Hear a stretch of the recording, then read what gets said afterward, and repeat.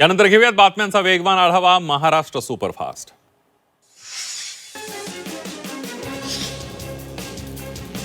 विधानसभेमध्ये चर्चेदरम्यान अधिकाऱ्यांच्या अनुपस्थितीवर विरोधक आक्रमक झाले। नाना पटोले आणि विजय वडेट्टीवारांनी नाराजी व्यक्त केली आहे। घरचे प्रश्न मांडत नाही, सामाजिक प्रश्न मांडतो। एकही अधिकारी वरिष्ठ अधिकारी सभागृहात उपस्थित नसल्यानं विरोधकांनी संताप व्यक्त केलाय। चंद्रशेखर बावनकुळेंना टोला लगावत अशाने खुर्ची दूर जाईल असं वडेट्टीवारांनी म्हटलंय। चंद्रपूर महानगरपालिकेमध्ये भाजप विरुद्ध भाजप संघर्ष पाहायला मिळाला। आजची आमसभा रद्द करण्याच्या महापौरांच्या निर्णयावरून जोरगेवार गटाच्या नगरसेवकांनी आयुक्त कार्यालयामध्ये गोंधळ केलाय।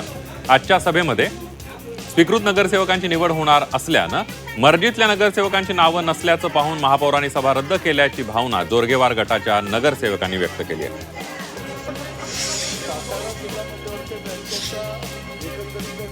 विधानसभेत आज विरोधकांमध्येच भाषणाच्या क्रमांवरून वाद रंगला। तालिका सभापती योगेश सागर यांनी विरोधकांच्या प्रस्तावावर बोलण्यासाठी भास्कर जाधव यांचं नाव पुकारतात राष्ट्रवादी काँग्रेस शरदचंद्र पवार पक्षाचे आमदार जितेंद्र आव्हाड यांनी आक्षेप घेतलाय। नियमानुसार काँग्रेसनंतर त्यांच्या पक्षाचा बोलण्याचा क्रम असल्याचा दावा त्यांनी केलाय। परतूरमध्ये एका शाळेच्या वार्षिक स्नेहसंमेलन तुर्की गाण्यावर विद्यार्थ्यांनी सादर केलेल्या नृत्यादरम्यान पाकिस्तानी दहशतवाद्यांचे बॅनर झळकवल्याचा आरोप केलाय। या पार्श्वभूमीवर भाजप नेते किरीट सोमय्या यांनी आज संबंधित शाळेची पाहणी केली। शाळेला शिक्षण विभागाची मान्यता नसल्याचं तसंच शाळेची इमारत इनामी जमिनीवर उभारण्यात आल्याचा दावा त्यांनी केलाय। जालना जिल्हा नियोजन समितीच्या निधीतून करण्यात आलेल्या रस्त्यांच्या कामांमध्ये मोठ्या प्रमाणावर भ्रष्टाचाराचा आरोप होतोय। इंदेवाडी ते सिरसवाडी रस्त्याचं काम प्रत्यक्षात न करताच लाखो रुपयांची बिलं उचलण्याचा प्रकार उघडकीला आल्यानंतर या प्रकरणाची गंभीर दखल घेण्यात आली आहे। लातूर जिल्ह्यात स्मार्ट वीज मीटरच्या विरोधात मनसे आक्रमक झाली आहे। जिल्ह्यातील महावितरणच्या विविध शाखा कार्यालयांसमोर मनसेच्या वतीनं स्मार्ट वीज मीटरची प्रतिकात्मक होळी करत तीव्र आंदोलन करण्यात आलं। या आंदोलनात मोठ्या संख्येनं मनसे पदाधिकारी आणि कार्यकर्ते सहभागी झाले होते। केतन अग्रवाल हत्या प्रकरणी सिया आणि चेतनच्या न्यायालयीन कोठडी सुनावण्यात आलेली आहे। लोणावळा पोलिसांनी 3 दिवसांच्या कोठडीची मागणी केली होती, मात्र पोलिसांनी मागणी फेटाळत 14 दिवसांची न्यायालयीन कोठडी सुनावली।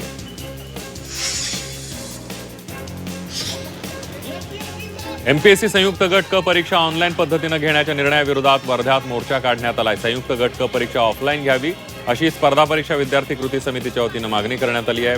टीईटी पेपर फुटीतील दोषींवर कठोर कारवाईची मागणी सुद्धा या आंदोलकांनी केली आहे।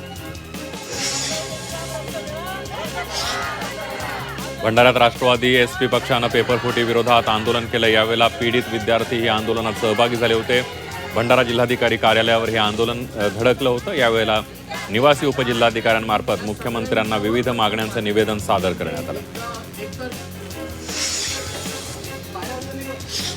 वाशीमधील कचरा समस्येवरून नगरसेवक आक्रमक झालेत। नगर परिषद प्रशासनावर निष्काळजीपणाचा आरोप करत भाजप नगरसेवक सतेज वानखेड यांनी नगरपालिकेतील अधिकाऱ्यांच्या दालनामध्ये कचरा टाकून आंदोलन केलंय।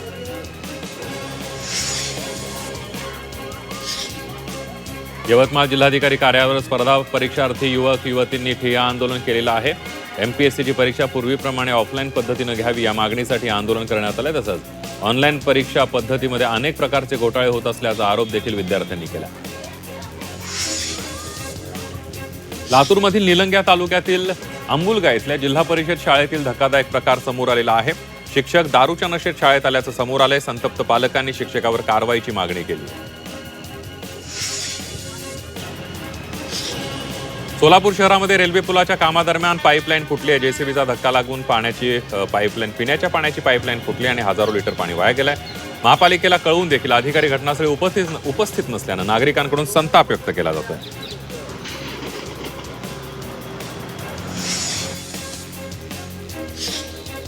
अहिल्यानगरमध्ये अद्यापही शेतकरी पावसाच्या प्रतीक्षेत आहेत। गेल्या काही दिवसांपासून ढगाळ वातावरण आणि पावसाच्या हलक्या सरी कोसळत असल्या तरी पेरणीयोग्य पाऊस झालेला नाहीये। पाऊस लांबल्यानं सर्वाधिक फटका सोयाबीन पिकांना बसलाय। पेरणीयोग्य पाऊस नसल्यानं शेतकऱ्यांपुढे संकट उभं राहिलंय। नांदेडमध्ये कारमधील 4 लाख रुपये असलेली बॅग चोरट्यांनी लंपास केली आहे। शहरातील मालेगाव रोडवर ही चोरीची घटना घडली आहे। दरम्यान पोलिसांनी घटनेची माहिती मिळता सीसीटीव्ही फुटेजच्या आधारे तपास सुरू केलाय। दरम्यान या चोरीच्या घटनेमुळे नांदेड शहरात खळबळ उडाली आहे। ग्रामीण भागातील रोजगार आणि शाश्वत विकासाला चालना देण्यासाठी विकसित भारत रोजगार हमी अभियानाचा भंडाऱ्यामध्ये शुभारंभ झाला। या नव्या अभियानामुळे मजुरांना 100 ऐवजी 125 दिवस रोजगाराची हमी मिळणार आहे। आषाढी एकादशी वारीसाठी मानाच्या 1400 दिंड्यांना प्रत्येकी 20,000चं अनुदान देण्यात आलेलं राज्य शासनानं मंजुरी दिली असून यासाठी 2,80,00,000 रुपयांचा निधी मंजूर करण्यात आलाय।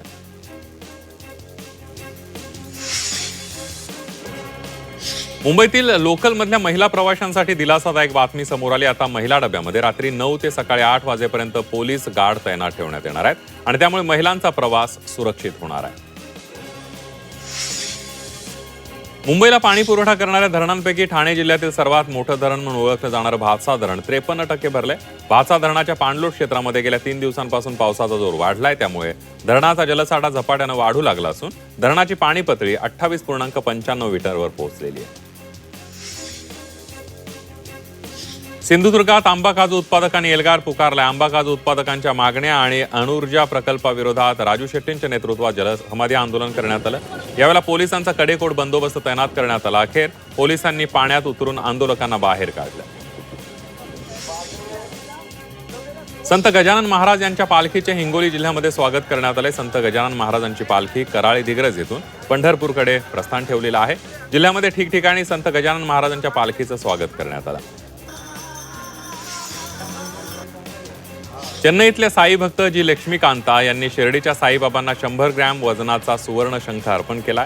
या सुवर्ण शंखाची किंमत 13,27,000 रुपये। यावेळेला शिर्डी साईबाबा संस्थानचे मुख्य कार्यकारी अधिकारी गोरक्ष काडिलकर यांनी जी लक्ष्मीकांता यांचा विशेष सत्कार केला।